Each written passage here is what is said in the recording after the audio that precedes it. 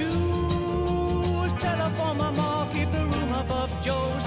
'Cause we're coming back to the homestead. Everything is back, getting back to the homestead. This time we'll stay.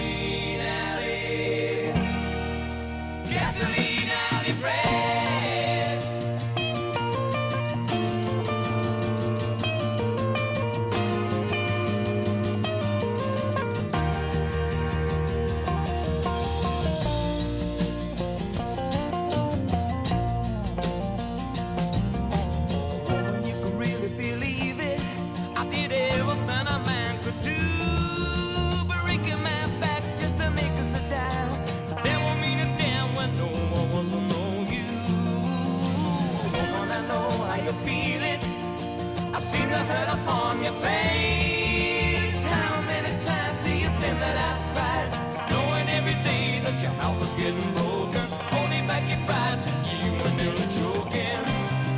Oh, let's get away, baby. I know that we could have made it. We had ideas in our head, and now somehow we could have saved it. But we're gasoline alley bread. Yet the years haven't really been wasted, and I know it in my head. We did good for the life that we tasted, 'cause we're gasoline alley bread.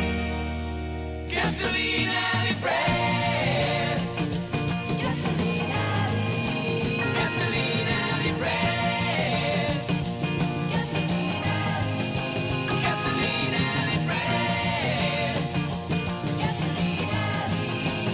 Gasoline alley bread.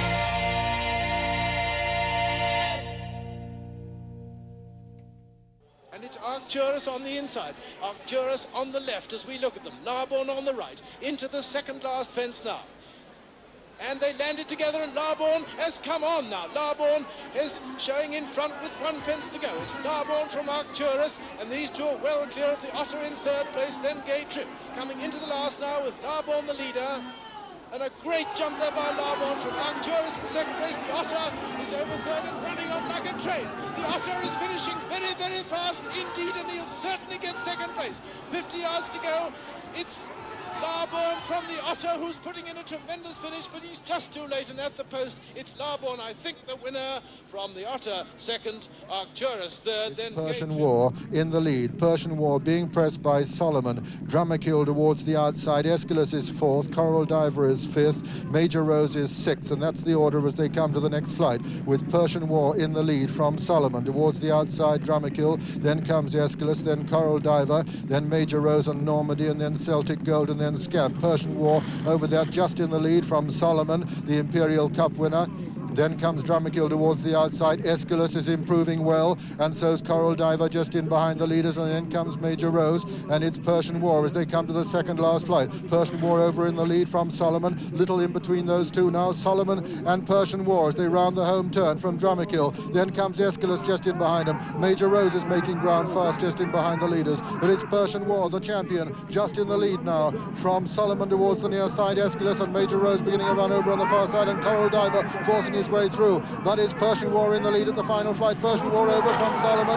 Then comes Coral Diver and Aeschylus. Then Major Rose over on the far side. And it's Persian War now as they race up towards the line with Solomon on the near side and Coral Diver, and Persian War getting a great reception as he races up towards the line, being pressed by Major Rose, who's moved into second. And up the line is Persian War the winner, and Major Rose is second. Aeschylus is third, and Coral Diver's fourth. A tremendous reception for the winner. Solomon is next, and then comes Chanlick, and then comes Drummikill just in behind with Celtic Gold. Behind Celtic Gold is Colonel Imp, and then comes Normandy. Behind Normandy is saw Scout. Lescargo win his novice at the 68th festival on only his second run over hurdles. Could have guessed to what heights he would climb or how long his life at the top would prove. Lescargo ran in the Gold Cup just 11 months after jumping his first fence in public, and he was sent off at 33 to 1. French Tan, Kinloch Bray and young Timmy Hyde from Pat Taff on French Tan. Lescargo has moved into third place. Then comes Spanish Steps, who's beginning to make ground towards the outside. It's Freddie Boy hanging on towards the inner, coming down towards the next fence now, and it's Kinloch Bray and Timmy Hyde being pressed by French Tan in second. Lescargo's in third now as they come up to the next fence. It's Kinloch Bray over. Kinloch Bray's down. Kinloch Bray's a faller at that one, and French Tan is now in the lead. It's French Tan now and Pat Taff being pressed by Lescargo. French Tan in the lead from Lescargo. Spanish Steps is third. Lescargo going very strongly indeed in behind French Tan. It's French Tan, Pat Taff and Lescargo, Tommy Carberry now as they come towards the second last fence in the Gold Cup. It's French Tan and Lescargo. Lescargo going very strongly on the stand side. French Tan on the far side, and it was French Tan who just jumped in the better. Lescargo in second. Spanish Steps coming there strongly in third place now. Coming to the final fence, and it's French Tan and Lescargo stride for stride. Lescargo just in the lead as they come to it. Lescargo on the near side. French Tan on the far side. French Tan jumps in better, but Lescargo's getting up. And now as they race up towards the line, 150 yards to run. And it's Lescargo going away now from French Tan as they come up towards the line. It's Lescargo increasing his lead. He's up by a length. He's up by a length and a half. And it's Lescargo going away from French Tan. Spanish Steps is third of the line. Lescargo's the winner. Second is French Tan. It's an Irish one too. Third is Spanish Steps and four Freddie Boy. 5 is the Laird and 6 Gate Trip and 7 is Long.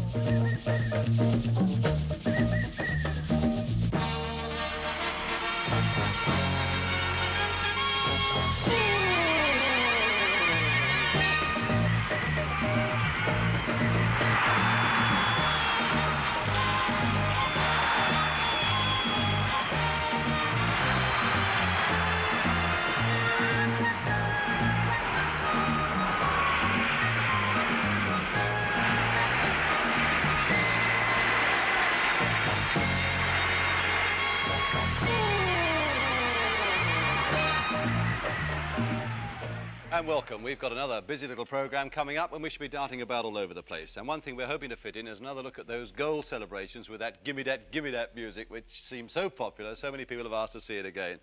We also take a look at one of the great characters of this 1970 World Cup, Germany's Uwe Seeler. We look at the Italians, we look at the Brazilian goalkeeper Felix. We take our World 11 a stage further, and I hope very much that we might be able to fit in some of your postcards towards the end of the show. But with the way the experts go on in these sort of shows, you never quite know how much time you're going to get at the end. Still is Assad there. Vele leads over it from Miss Helen and Assad. And Miss Hunter, rather. Towards the outside is Gay, Trip and Dozo. They're two jockeys having a word with one another. Ginger Nut going easily behind these, as is Vulture. As they come up to the next, it's another plain fence. And as they come to it, it's Miss Hunter who disputed over it. From Ville in second. Towards the outside, Gay, Trip still running away with Pat Taff. Dozo's just on his outside. Then comes Vulture and the Otter just behind these as they race down to Beeches for the second time. And as they do so, it's Ville disputing it with Miss Hunter. Gay, Trip going wonderfully well on the outsides in third. This is Beeches. And Ville leads over it from Miss Hunter in second. Gay Trip's over in third. Dozo's fourth. And the Otter and Specify are both down. And Ville leading into the 23rd now. Ville with a lead of 2 lengths from Miss Hunter in second. And No Justice and the Foster both refused to Beeches that time. But over the 23rd, it's Ville leading by a length from Miss Helen in second. Vulture running away in third on the outside. Then comes Gay Trip. Then comes Dozo. Then comes Ginger Nut. Then comes Assad. And then comes Pride of Kentucky as they face up to the canal turn with only 8 horses left in the Grand National. And Ville leads over it from Miss Hunter in second. Vulture going up on the outside. Sean Barker talking to his neighbour there in third. Gay Trip is fourth. Dozo is fifth. Ginger Nut is sixth. Assad is seventh. And Pride of Kentucky last of the 8 as they jump Valentine's for the second time. And it's Ville who leads by a length from Vulture in second. Miss Hunter is third. Fourth is Gay Trip. Fifth is Dozo. Sixth is Ginger Nut. Seventh is Assad. And Getting a bit behind them now is Pride of Kentucky in 8th as they go over the next, and it's Vulture who leads over that one, disputing it with Villet, racing up to the next ditch, and as they do so, it's Vulture. Vulture from Miss Hunter and Gay Trip on the inside, Dozo making ground on the outside, and Miss Hunter's rider calling a cab there, and Vulture leads over it. And Villet is down at that one, and that leads only 7, with Vulture the leader from Gay Trip and Miss Hunter. Then goes Dozo very easily. Then comes Ginger Nut next, then comes Acid, and then comes Pride of Kentucky. And Vulture leading over that one from Gay Trip, Dozo, Miss Hunter, Ginger Nut, Acid, and Pride of Kentucky as we rejoin Peter O'Sullivan. And very little in it now as they cross the Milling Road between Vulture and Gay Trip and Dozo. These three some way clear of Ginger Nut. Behind Ginger Nut is Miss Hunter. Then comes Acid. Behind Acid is Pride of Kentucky. And these are the only ones left in the National. Vulture is fading. And now it looks like Pat Taff and Eddie Hardy. It's Pat Taff on the inside on Gay Trip and Eddie Hardy on the outside on Dozo. These two ahead of Vulture in 3rd place. Ginger Nut still improving in 4th place. Behind Ginger Nut is Miss Hunter, and then comes Acid, and then Pride of Kentucky. The only ones left in it. And they're coming to the 2nd last now in the National. And it's Dozo, Eddie Hardy towards the left. On the right in the cross belts, it's Pat Taff on Gay Trip. And Gay Trip is just the leader as they come to the 2nd last. Gay Trip is over from Dozo over 2nd. Vulture's over 3rd. Then comes Ginger Nut over 4. Miss Hunter over 5. They're coming to the last fence in the National now. And it's 40-year-old Pat Taff on Gay Trip in the lead. He's clear at the moment. It's Gay Trip up and he's over. Dozo's over 2nd. Vulture's over 3rd. Ginger Nut's over 4. Miss Hunter's next. Then comes Acid. And it's Pat Taff on Gay Trip striding away with the 1970 National. 40-year-old Pat Taff coming up to his 2nd triumph in the National. He's won it on queer times. He's the oldest professional in the race. And he's going away to win it comfortably. Gay Trip, trained by Fred Rimmel, who won it with ESB, and Nicholas Silver is winning it for the 3rd time. It's Gay Trip striding away from Vulture in 2nd place. Gay Trip coming up to the line and getting a great reception. Gay Trip's the winner of the 1970 National. Just coming up into 2nd place is Vulture with another Irishman 3rd. Miss Hunter 4th, Dozo 5, Ginger Nut 6, Pride of Kentucky 7th. It's Strawberry's Cornice on the stand side. Rigton Prince, Tamarosa, Sam flew over in 4th place. Then comes Two Springs and the Spaniard dropping a place or two now, back into 6th place. And then comes Bannon Star as they come up past the winning post with 1 circuit to go. And it looks as though Strawberry's Cornice is pulling up. He thinks he's won the race, but he's pulled up as the remainder go by him. He thought it was all over there, Strawberry's Cornice, but it's not. Tamarosa has got his wits about him. They know they have 1 more second into the straight for the last time. Race towards the 3rd last is Rigton Prince in the lead from the Spaniard on the far side. Well clear of Two Springs in 3rd place. Tamarosa is 4th. This is the 3rd last, the Scottish Grand National. As they come to his Rigton Prince on the near side, the Spaniard on the far side. And as little in it as they take it, the Spaniard didn't take quite so well as Rigton Prince. Next is the last open ditch, the 2nd last, Rigton Prince on the near side, the Spaniard on the far side, well clear of Two Springs. And they take it together with Rigton Prince on the stand side, the Spaniard on the far side. This is going to be a very near thing. The Spaniard now pulling out that little bit extra as they go to last. It's the Spaniard fighting back to go clear once again as he comes to final fence. He's over safely, the Spaniard over safety. Rigton Prince 2nd. Then comes Two Springs. Two Springs running on for 2nd place. But as they come up to line, it's the Spaniard coasting away, staying on well to win the Scottish Grand National. It's the Spaniard the winner. Two Springs comes up to take 2nd place. Then comes Rigton Prince. We'd like to finish off with a new single. It's going to be out in 2 weeks' time on Threshold Records. And it's a song written by Justin called Question.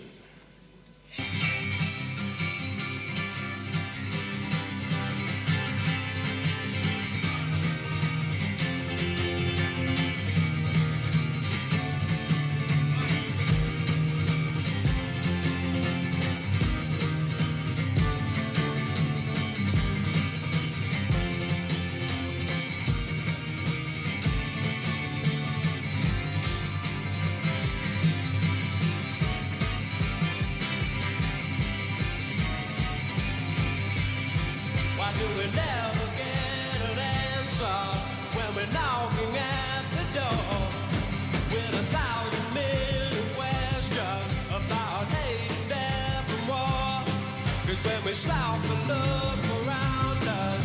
There is nothing that we need in a world of persecution that is burning in its greed.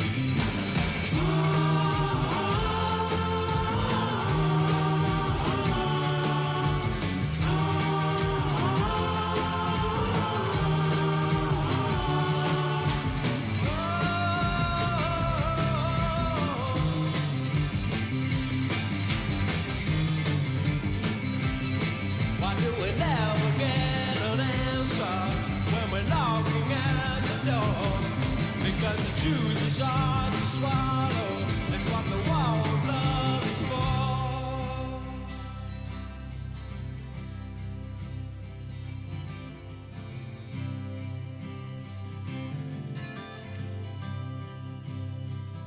It's not the way that you say it when you do those things to me. It's more the way you really mean it when you tell me what will be. And when you stop, think about it, you won't believe it's true that all the love you've been given has all been meant for you. I'm looking for someone to change my life. I'm looking for a miracle in my life. And if you could see what it's done to me, to lose the love I knew could safely lead me through the silence of mountains and the crashing of the sea. The lies of land I once lived in, and she's waiting there for me. But in the gray of the morning, my mind becomes confused between the dead and the sleeping, and the road that I must choose. I'm looking for someone to change my life. I'm looking for a miracle in my life. And if you could see what it's done to me, to lose the love I could safely lead me to the land that I once knew, to learn as we grow old, the secrets of your souls. It's not the way that you say it when you do those things to me. It's more the way you really mean it when you tell me what will be.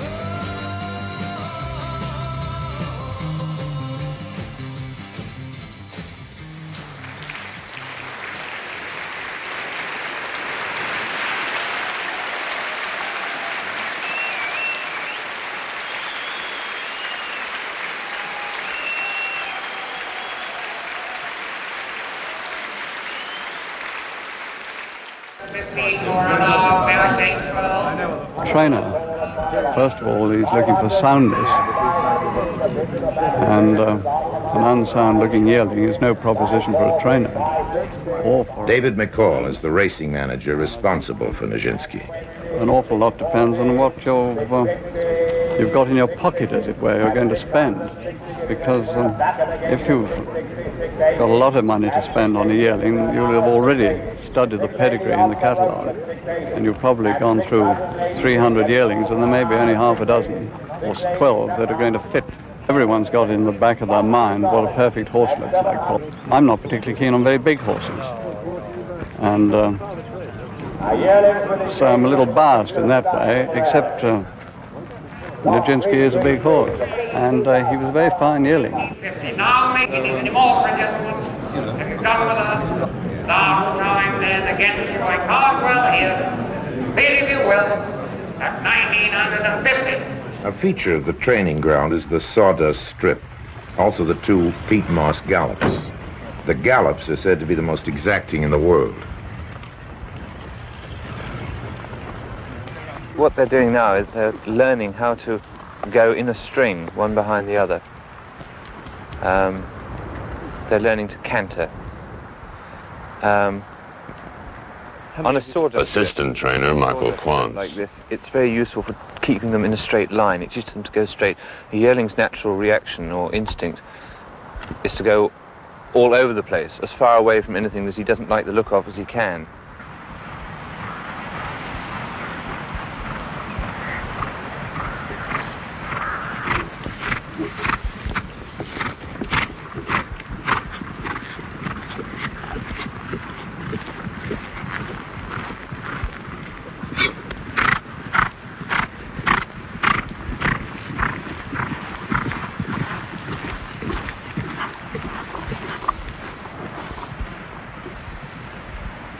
I call that very satisfactory, actually. And as they start to settle down, Nijinsky is well away, so too is Interceptor. On the far This was side, Nijinsky's Amberama, first big race, 1970. 160-year-old 2,000 guineas run at Newmarket, where Charles II started racing in 1665. All O'Brien's planning had been directed at this race, the first race of the English Triple Crown. Run over a mile, the Guineas is a very fast race. The two races still to come, the Derby and the St. Leger, are much longer and therefore require stamina as well as speed. But for Nijinsky, carrying green, yellow and red colors, this was a baptism of fire, racing against some of the fastest 3-year-olds in Europe. Almost at halfway now. Amberama still just the leader from Without Fear towards the outside of the field.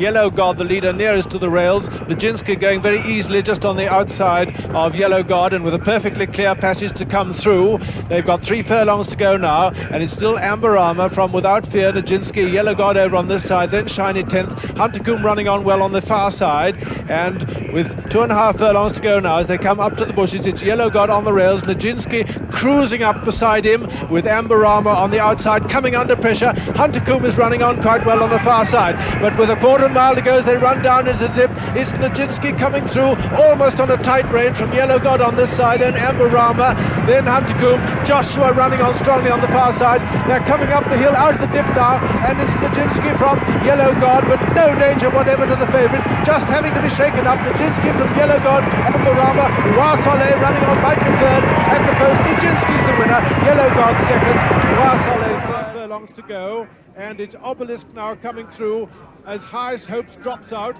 Highest Hopes has dropped out, and now Humble Duty. Lester Pickett has burst through on Humble Duty and running down into the dip. It's Humble Duty coming right away from Gleam, Black Satin, Obelisk, Farfalla and Caprera, and with 100 yards to go, it's another classic for Lester Pickett, with Humble Duty coming right away from Gleam in second place, then Black Satin, Caprera and Obelisk at the post. Humble Duty the winner, Gleam is second, a very close thing between Black Satin and Caprera. Third. Score.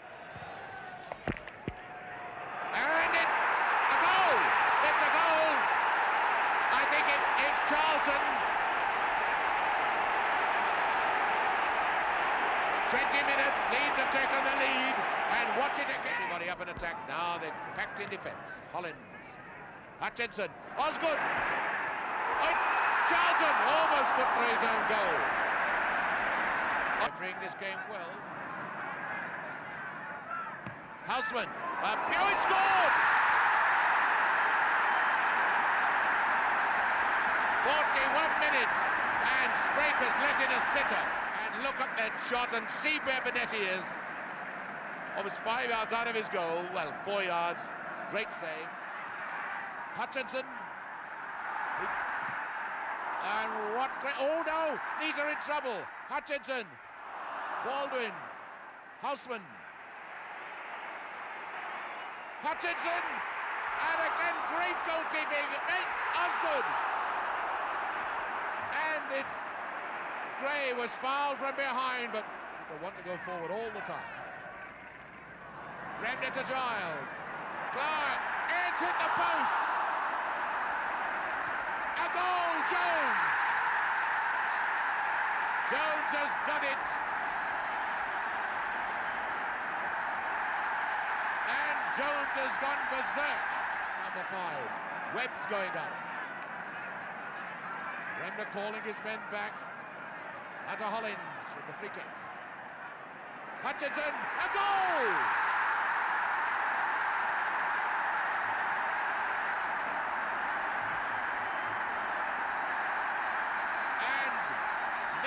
there's a 12 when Barnsley and West Bromwich Albion drew. And it's a draw in 1970. The first time since 1912 a great match has ended. The last time, 1912 at Crystal Palace. And so, it's a replay on the 29th.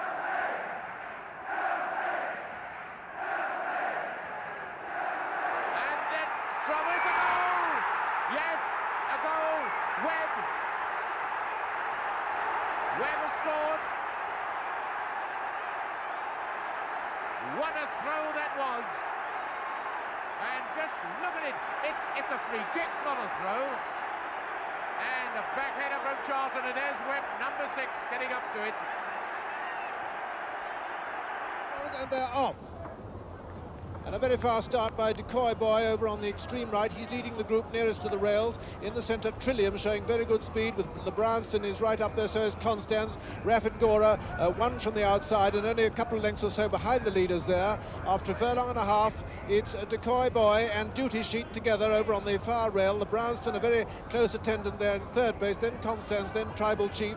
Towards the centre, it's Trillium, followed by Raffet Gora, who's a little bit far behind there. Pal's Passage is just behind him. Under 2 furlongs to go now, and Duty Sheet has taken it up. It's Duty Sheet from the Branston, then Decoy Boy, then comes Constance, and Raffet Gora starting his run up the centre of the course now. Coming into the final furlong, and it's Duty Sheet with Raffet Gora coming with a tremendous run up the centre. I don't know if he's going to quite get up there. Just a few strides to go with Duty Sheet from Raffet Gora, and at the post, it's a very close thing between Duty Sheet and Raffet Gora. You make very good coffee. Man on his own has to take care of himself. So you're not married? Nope. Ever been? Nope. Want to be? Nope. Don't you want a woman of your own? What for? Share your name, bear your children, be a companion. To ask me to quit drinking, quit gambling, save my money, and to bitch about her aches and pains all day? No, thanks. Must be a lonely life. It's a great life. Women when I want them, and none with the name of hoping. Yes, they're under starters' orders, and they're away. And Gier is one of the first to show on the far side with Long Till now. And it's Long Till going on from Cry Baby. Long Till, the leader from Cry Baby. Then comes Montplaisir on the far side, then Approval and Meadowville, and then Gier. Behind Gier is the Swell. Then comes Stintino. And then behind them come Tambourine Man and Great Wall. And Nijinsky just about in the centre of the field now with Cry Baby has gone up on the inside of Long Till. And it's Cry Baby and Long Till disputing it ahead of Approval. Then comes Montplaisir and Meadowville. Then Nijinsky, then the Swell. Then comes Gier on the outside, and then Stintino. Behind Stintino is Great Wall, and Tambourine Man is the back marker, and it's Long Till and Cry Baby disputing it as they run up towards the milepost now. Long Till and Cry Baby from Meadowville in third place. Then in fourth is Approval on the inside of Montplaisir, 5 on the outside. 6 is Gier and 6 is Nijinsky rather, 7 is the Swell and 8 Gier.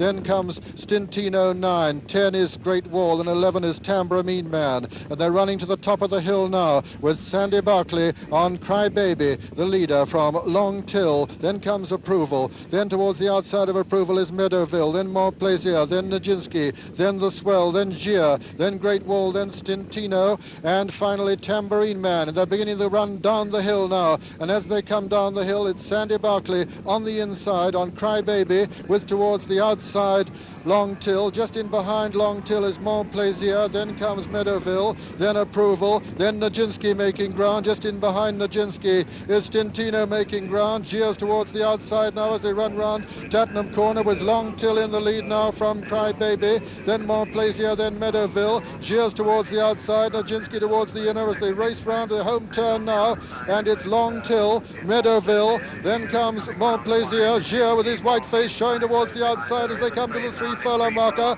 It's Meadowville in the centre with Long Till on the far side, and Gier coming there very strongly. Great Wall has burst through over on the far side. Stintino's making a run towards the near side, and it's Great Wall under pressure from Gier. Gier now has taken it up at the 2 furlong pole. It's Gier under pressure in the lead, being pressed by Great Wall. Then comes Nijinsky and then Stintino. They're racing up towards the furlong marker, and here comes Lester Piggott on Nijinsky. It's Gier on the far side, Lester Piggott on the near side of Nijinsky. Nijinsky coming to take it up from Gier, and racing up towards the line. It's a miss for Lester Piggott. Nijinsky's the winner. Gier is second. Stintino's third.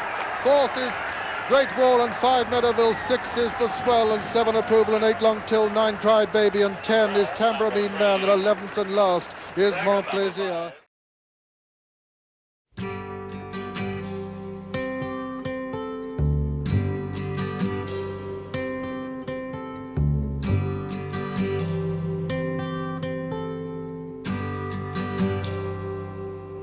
It's not time to make a change.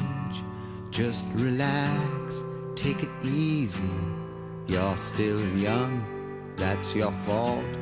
There's so much you have to know. Find a girl, settle down.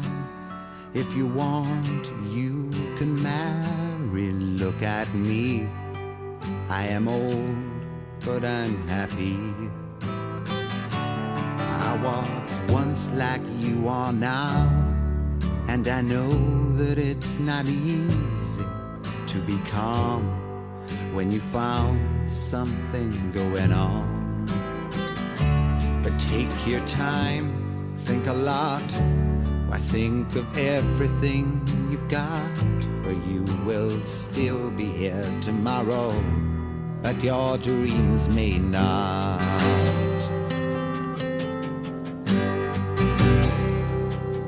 How can I try to explain? When I do, he turns away again. It's always been the same old story.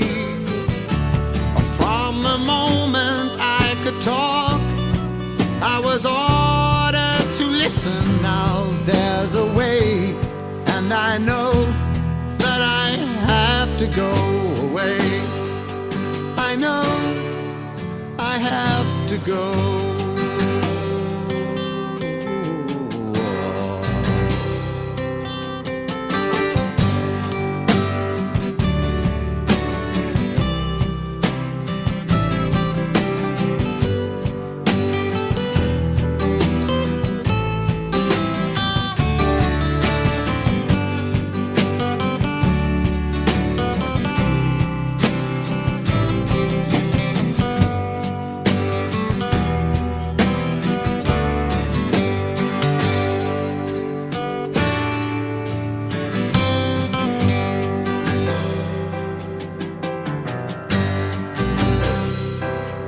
It's not time to make a change.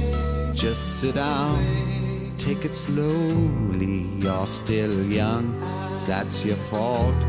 There's so much you have to go through. Find a girl, settle down.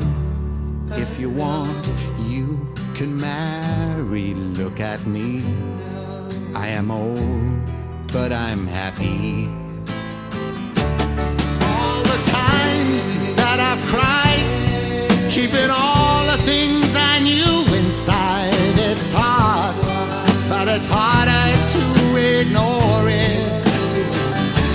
If they were right, I'd agree, but it's them they know, not me. Now there's a way, and I know that I have to go away.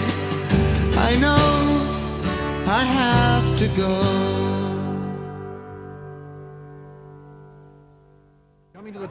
The Irish Sweeps Derby, 1970.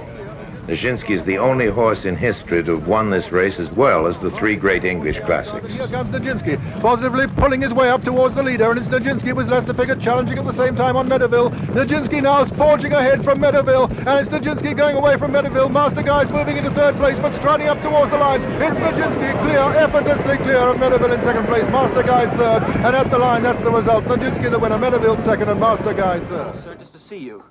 You're Captain McIntyre? Yes, I'm Captain McIntyre. Lieutenant, you look terrible. Look at... Captain, look at his eyes. Let me see your tongue. Oh, no. Here, take your shirt off and tell me where it hurts. I haven't seen a case like this since I was in school. Oh, my goodness. Listen, Volmer, tell them to prepare the major surgery. This is 1 case in 5. I think I can save you, Lieutenant. You're to proceed to Kokura, Japan immediately. Kokura, Japan? What's this all about? Yeah, there's a congressman. Great one off in practice of pushing his heart. What? Gee, I was Dad's a congressman. Grade went off in practice. Tweaking his heart. That's the x-rays? Yeah. Apparently some big heart surgeon in Boston told the congressman the only man to take care of his son is Captain John McIntyre. Of course, I suppose there could be two Captain John McIntyre. No, I'm the only John McIntyre. Look, Hammond says I can take along someone to assist me if I need him. You want to come? Yeah. Lieutenant, I think I can save you. Look, take one of these every half hour. Now get into your helicopter and button up your shirt, for crying out loud. You're in the military army.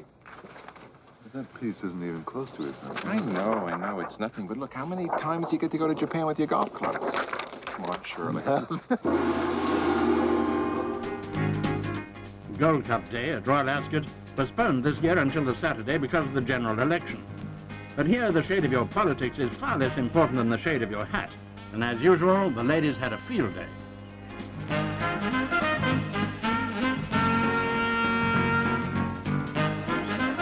The perfect weather gave them a chance to parade in a startling selection of summer fashions. The traditional parade of the royal carriages down the course, the Queen and Prince Philip were accompanied by the Queen Mother, Princess Anne and Princess Margaret.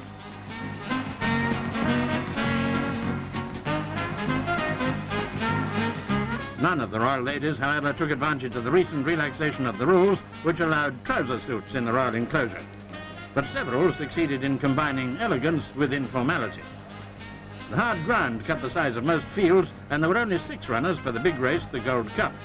First run in 1807 is now worth £12,500 to the winner. French challengers Clairon and Assure dominate the betting.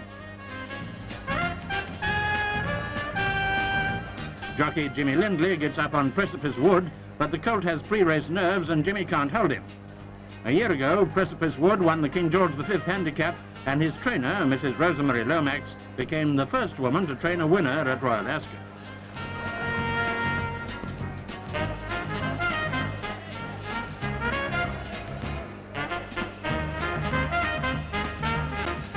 But now they're all on the way to the post, and there's just time for a last-minute bet before the runners are away into the straight in this 2.5-mile race.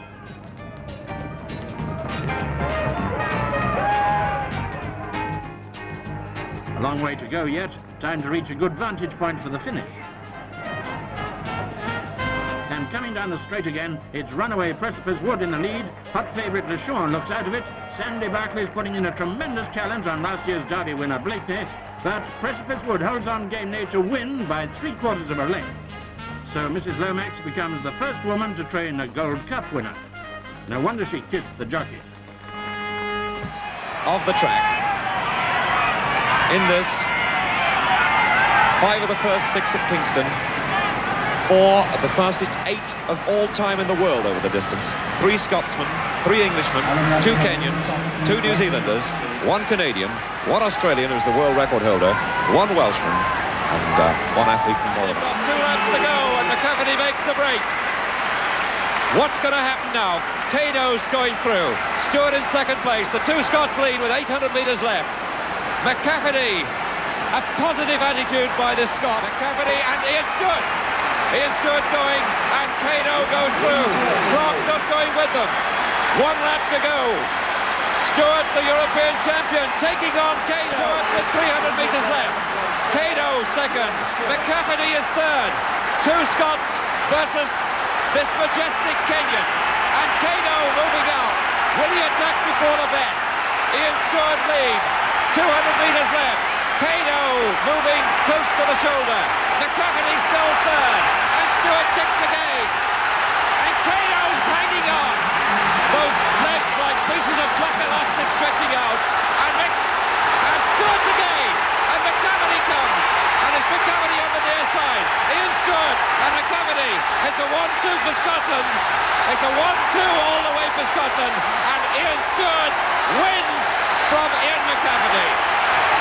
And they destroyed Keno and Ron Clark and the rest of this world class. 300 metres to go, and the Englishman still in front with Clark holding him on the shoulder and into the wind, and still Stewart making no move. Who'll be the first to go? Taylor accelerates as Clark challenges and just tests him out, but no decisive move at all yet. And Stewart is still waiting, with just over 200 metres to go. It's Clark, and Stewart goes through. 200 metres away from the gold medal, the world record holder leads, the Scottish record holder second. Taylor is lame at the bit. Round the crown of the bend, and Stewart moving up to attack Clark. Clark Australia and Stewart of Scotland, and Stewart is coming away. It's Stewart of Scotland all the way, and he's got them all. And the crowd going berserk as Ron Clark concedes defeat to Lucky Stewart, and once again Ron Clark with his gold and takes the silver, and Dick Taylor takes the bronze. Wonderful run by Stewart, his fastest time ever. That's the Scottish mascot, Junkie Dick, but spare a thought for the man who finished second once more, Ron Clark, who's the first to congratulate Stewart. Of the Commonwealth, Lucky Stewart of Scotland.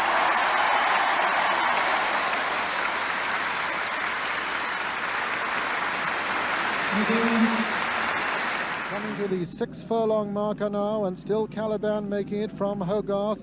Carabas has run round the outside of Blakeney, then comes Nijinsky, and then Krepelana. They're past the 6 and coming to the 5 marker now, and it's still Caliban in the lead from Hogarth, then Carabas, then Blakeney, then Nijinsky in 5th place, then Krepelana, who is 6, and they're past the 5 marker now, and it's still Caliban for England from Hogarth for Italy. Then comes Carabas on the outside of Blakeney, and then Nijinsky poised just in behind him, and Krepelana is last of the 6, and they're past the 4 marker now, and it's still Caliban, Sandy Barkley from Hogarth. Bill Williamson running round the outside of Hogarth on Carabas. Then comes Jeff Lewis chasing Blakeney along, and then Lester Piggott taking closer order on Nijinsky, and finally Krepelana, and they're swinging around the home straight now, with Caliban being pressed by Carabas. Hogarth in between these two. Nijinsky's just in behind Carabas. Blakeney's over on the far rails. Krepelana's beginning a run, and it's Caliban over on the far side being pressed by Carabas, and here comes Nijinsky and Lester Piggott towards the stand side, with Hogarth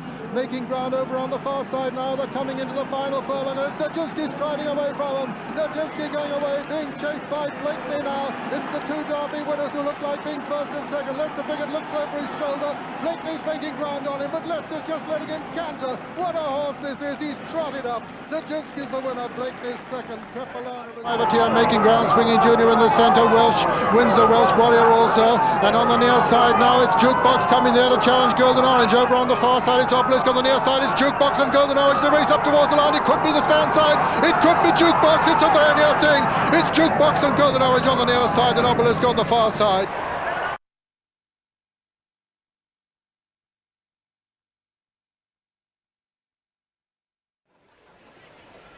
Looks as if it's it. Under starters' orders, they're off. And again, the runners are led by Most Secret and Mill Reef coming out into the centre of the course. Racing alone over on the far side is Tremblay. They've gone a quarter of a mile, and there's little to choose between Tremblay over on the right. I think Tremblay is in fact just the leader.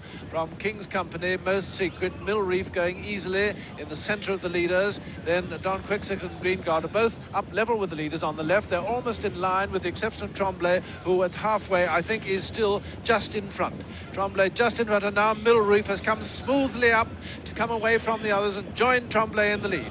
With a quarter of a mile to go, Mill Reef, who looks to me to be cantering, has gone into the lead from Green God, Grand Chaudière, Most Secret and King's Company. And as they come now to the final furlong, it's Mill Reef coming away in the most impressive style. Jeff Lewis has a quick peep over his shoulder. It's Mill Reef coming right away from Green God, Grand Chaudière, then Most Secret, King's Company and Gaillard, and Mill Reef winning tremendously impressively. This must be a very good colt indeed. Passing the post, Mill Reef the winner, Green God second, Grand Chaudière third, then Gaillard, King's Company and Most Secret, followed by Don Quixote, and finally Tremblay.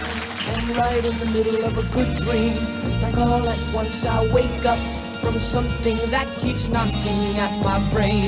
Before I go insane, I hold my pillow to my head and spring up in my bed, screaming out the words I dread. I think I love you. This morning I woke up with this feeling I didn't know how to deal with, and so I just decided. As a 2-year-old, he went through his first season unbeaten in 4 starts, including this win in the Washington. Nearest to us, Mummy's Pet on the outside, and Swing Easy in between the two. But it's between Brigadier Gerard and Mummy's Pet, and Brigadier Gerard is running on very strongly indeed up the hill with 150 yards to go. It's Brigadier Gerard from Mummy's Pet, Swing Easy and Fireside Chat, and Brigadier Gerard has won it easily. At the post, Brigadier Gerard... It's still Windamus by about 3 lengths now from Politico in second place. Then comes Melody Rock, with Rarity, Rockroy, Charlton, all closing up. King of the Castle dropping out as one expected he would as they make the turn into the straight now with 4.5 furlongs to go. Windamus is the leader from Politico, Melody Rock, Rarity, Charlton and Rockroy. Nijinsky still sitting at the back of the field with half a mile to go. Windamus on the rails being joined now by Politico. Nothing between those two. Charlton running on very strongly now, coming up on the outside. Windamus has dropped out of it with 3 furlongs to go. It's Politico and Charlton with Nijinsky now moving up just behind Charlton, and Meadowville is up there on his outside with 2.5 furlongs to go.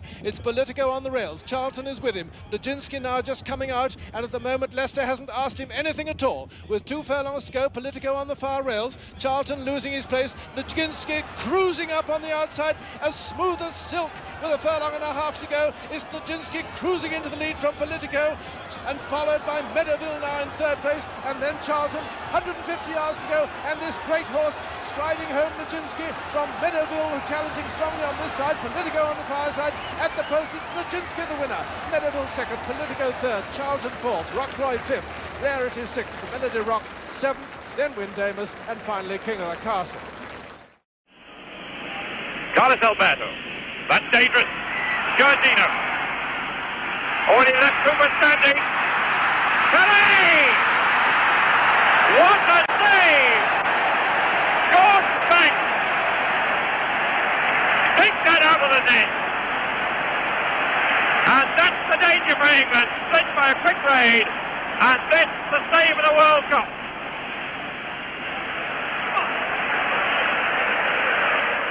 Ronaldo, Pele, Jess.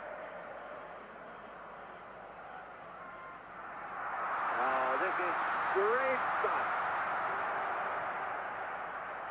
They seem to take it in turns to give an exhibition. Jairzinho, number 7. Pele. Up comes Carlo Alberto on the right.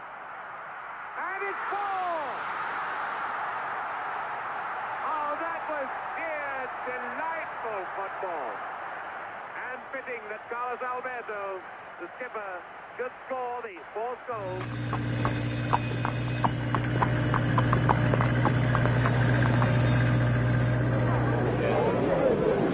Longchamp, the hippodrome in the heart of Paris. A capacity crowd to see Britain's greatest horse run in the Prix de l'Arc de Triomphe, coming to be regarded as the most prestigious race in the world. The prizes are huge, so it attracts the best horses of all ages in Europe.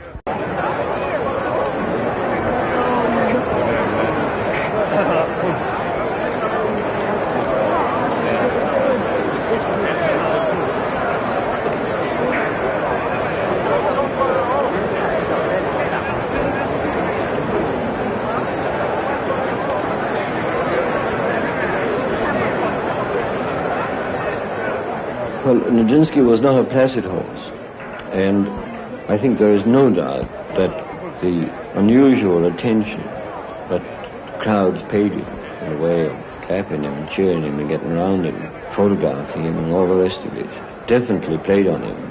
I mean, if he was a more relaxed horse, I don't think it would have bothered him much, but I'm certain it bothered him. Well, it did, because there were so many photographers and people with cameras and that running all over the place. I never seen anything like it, and I shouldn't have, it'll ever happen again.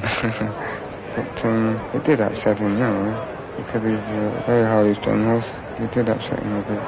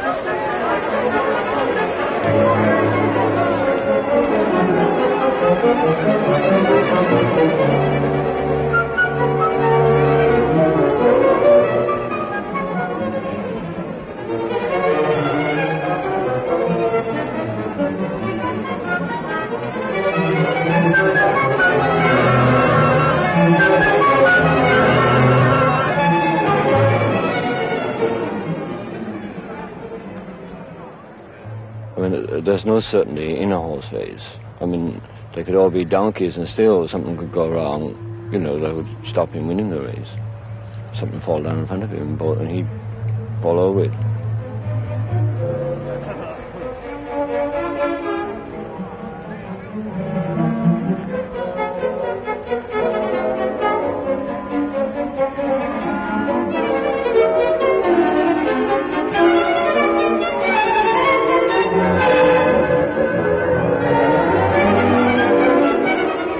Today probably is his greatest test.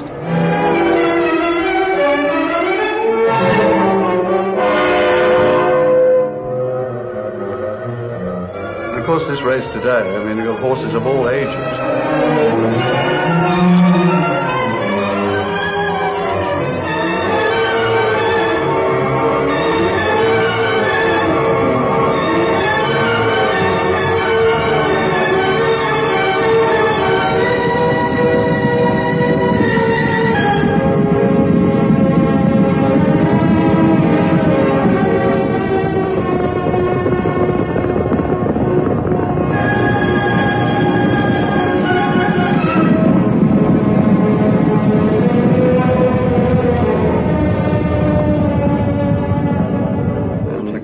Same as yesterday?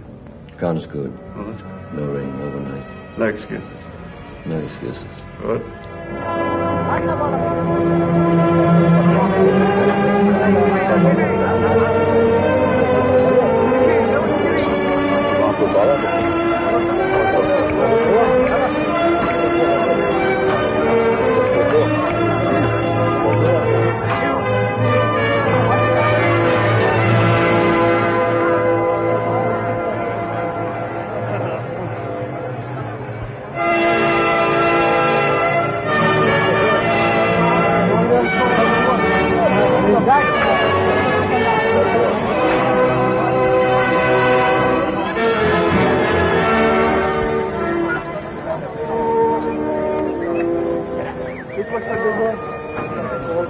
The starter's orders and the horse is being led in now. You see that Blakeney just going in.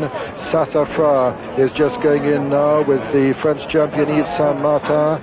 Ortiz is being led up with Antonio Di Nardo. And there are 4 to go in now. Only 4 left to go. Nijinsky is to go. Gir is to go. Golden Eagle is to go. And Grandier to go. Now Nijinsky is in, now Golden Eagle, and there's just Grandier to go, and the 15 runners installed, and they'll be off any second now for the 49th Arc de Triomphe, and this is it.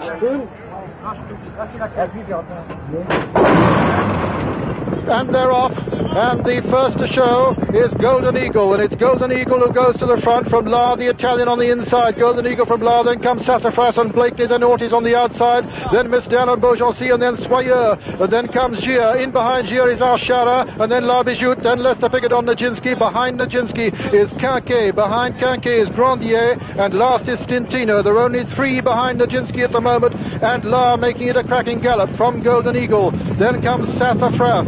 Just in behind Sassafras is La Bijoute, then Beaugency, then comes Miss Dan, then Archara, Blakeney towards the outside, Soyeur on the inside.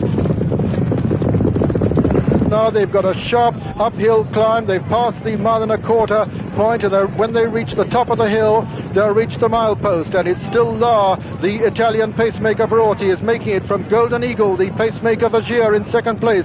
Then comes Sassafras. Ortiz is right up there on the outside. Then comes Miss Dan on the inner. Then Archara. And then Gir just in behind them with Blakeney. And Nijinsky has still only got 3 behind him in the Arc de Triomphe. And it's La still making it from Golden Eagle, Sassafras and Ortiz.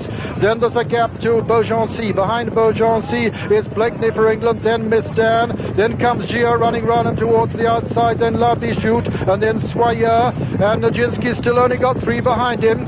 and they're racing down the hill now, and as they do so, it's Golden Eagle and La, the pacemakers, still cutting it out, with Ortiz making good ground on the outside. Sassafras, the French Derby winner, and Yves Saint Martin is only just in behind him. Then comes Ashara, then Beaugency, then La Bijoute on the inside, and Lester Piggott moving towards the outside on Nijinsky, sitting very comfortably at the moment, although he's got a lot to do. They've got 3 furlongs to run now in the Arc de Triomphe, and it's Golden Eagle in the lead from Ortiz for Italy. Then comes Miss Dan, then Sassafras, then Beaugency, then comes Blakely on the stand side, and Nijinsky unleashing a run, and Gia making ground on the inside now, and it's Miss Dan now in the lead from Gia, and then comes Sassafras in the centre of the course. They're racing up towards the line now, and Nijinsky coming on the stand side with a tremendous run, and Nijinsky coming to pulverize, and Nijinsky from Sassafras, and Nijinsky and Lester Piggott from Sassafras, Nijinsky and Sassafras, it's a photo finish, it's a photo finish between Nijinsky and Sassafras, with that third sheer fourth.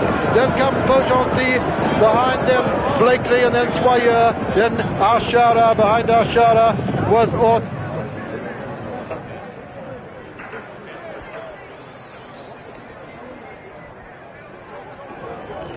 He was beaten afoot, ostensibly on merit.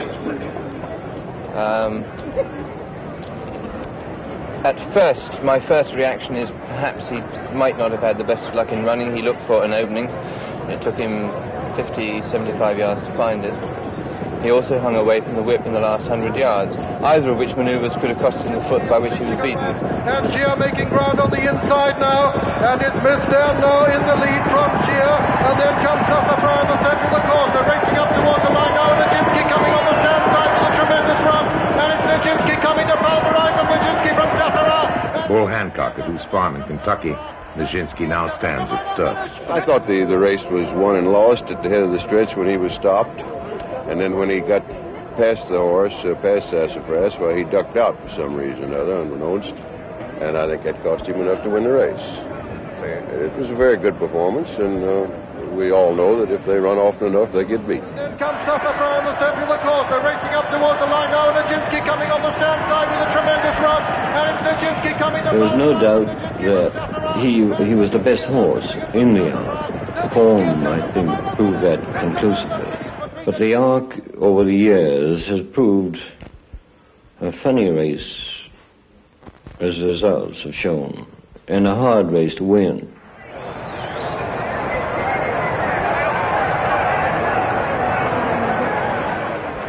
That's what racing is all about. As I say, he was beaten afoot. If things had gone the other way, he would be acclaimed the hero, the winner of the Arc de Triomphe. As it is, he walks away alone and unlauded. Omar Sharif, racehorse owner. I think everybody who loves racing is disappointed. I think the horse ran a magnificent race.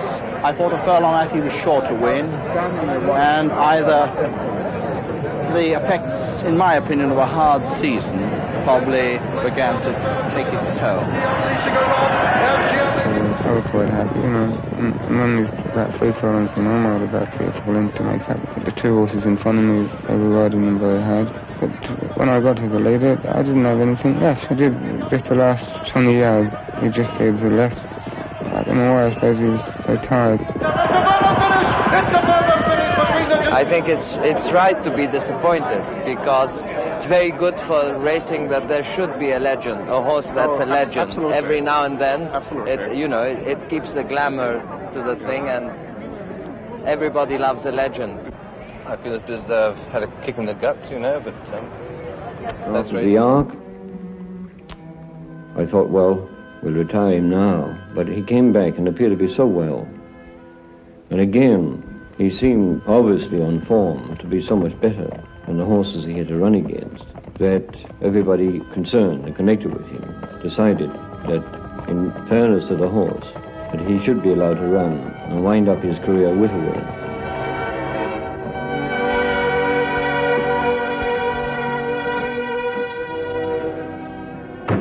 Newmarket, October 1970. The heath at Newmarket, where racing started and where Nijinsky began his career, is to see also his last race, the Champion Stakes. Great horses do much good to racing. Man of War and Kelso in America, Brown Jack, Golden Miller, and Arkle in Britain. Nijinsky was in the same class. He drew the biggest crowd the course has seen since the war, and not for 35 years has a flat horse been applauded down to the start, as Nijinsky was that day. On Champion Stakes Day, in his last race, it was obvious in the parade, out on the course, that he had had too much of it. He hadn't shown it before in the walking ring, before the jockeys got up. He was perfectly happy, relaxed, himself. But once he saw the crowds milling round and had to get out there on the course and the cheering, clapping, it all just became too much for him. The whole thing was too long, the year, the tension, everything, and well, I think it just makes sense, doesn't it? People go over the top of the hill just like horses.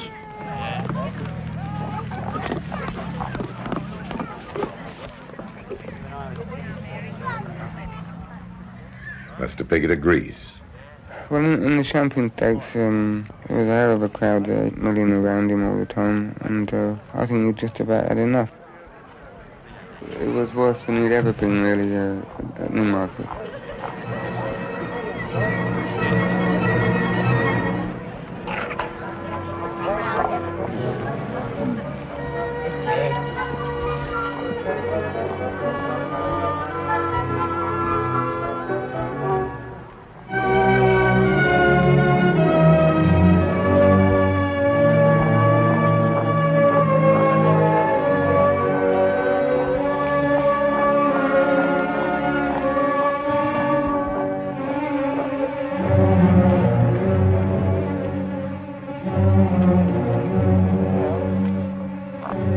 Stop loading. Come on, the others, hurry up now. All in, come on. Look at 2, 3, 4, 6, 7, 8.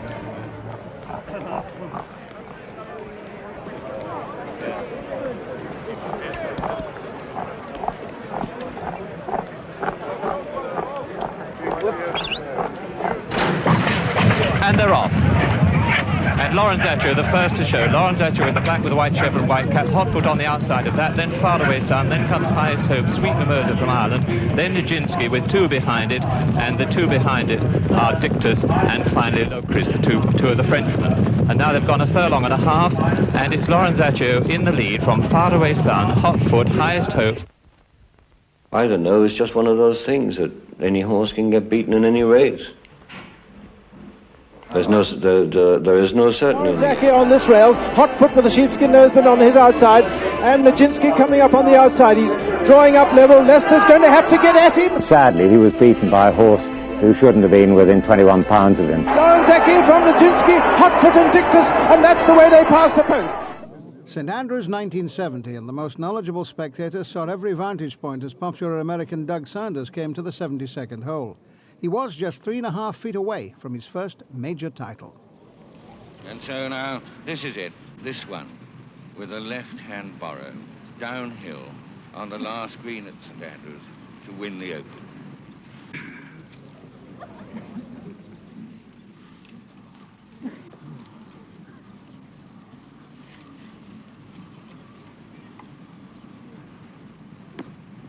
Missed it, yes, certainty.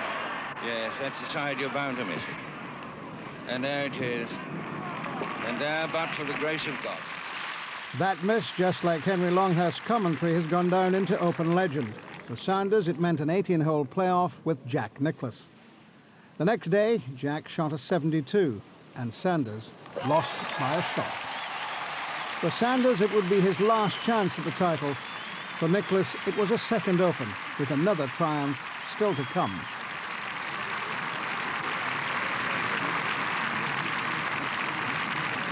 The second last now, and Regit landed in front of Tiernesgras and Lone Wolf on this side. Then comes Sans Fin, Mont Royal, Carla Mesquida, Normandy, Colditch Story and Beulah, who's coming into the act now, into the last, and Regit is over clear of Tiernesgras, Mont Royal, Beulah, Lone Wolf, Normandy, and as they race up to the line now, the 150 yards to go, it's Regit the leader. Moen Royal putting in a great challenge on the far side, and now Bueller is coming up on this side and making a tremendous race of it, but as they come up to the line, Moen Royal is finding a bit extra on the far side, Bueller on this side. Mick Jagger and the Rolling Stones.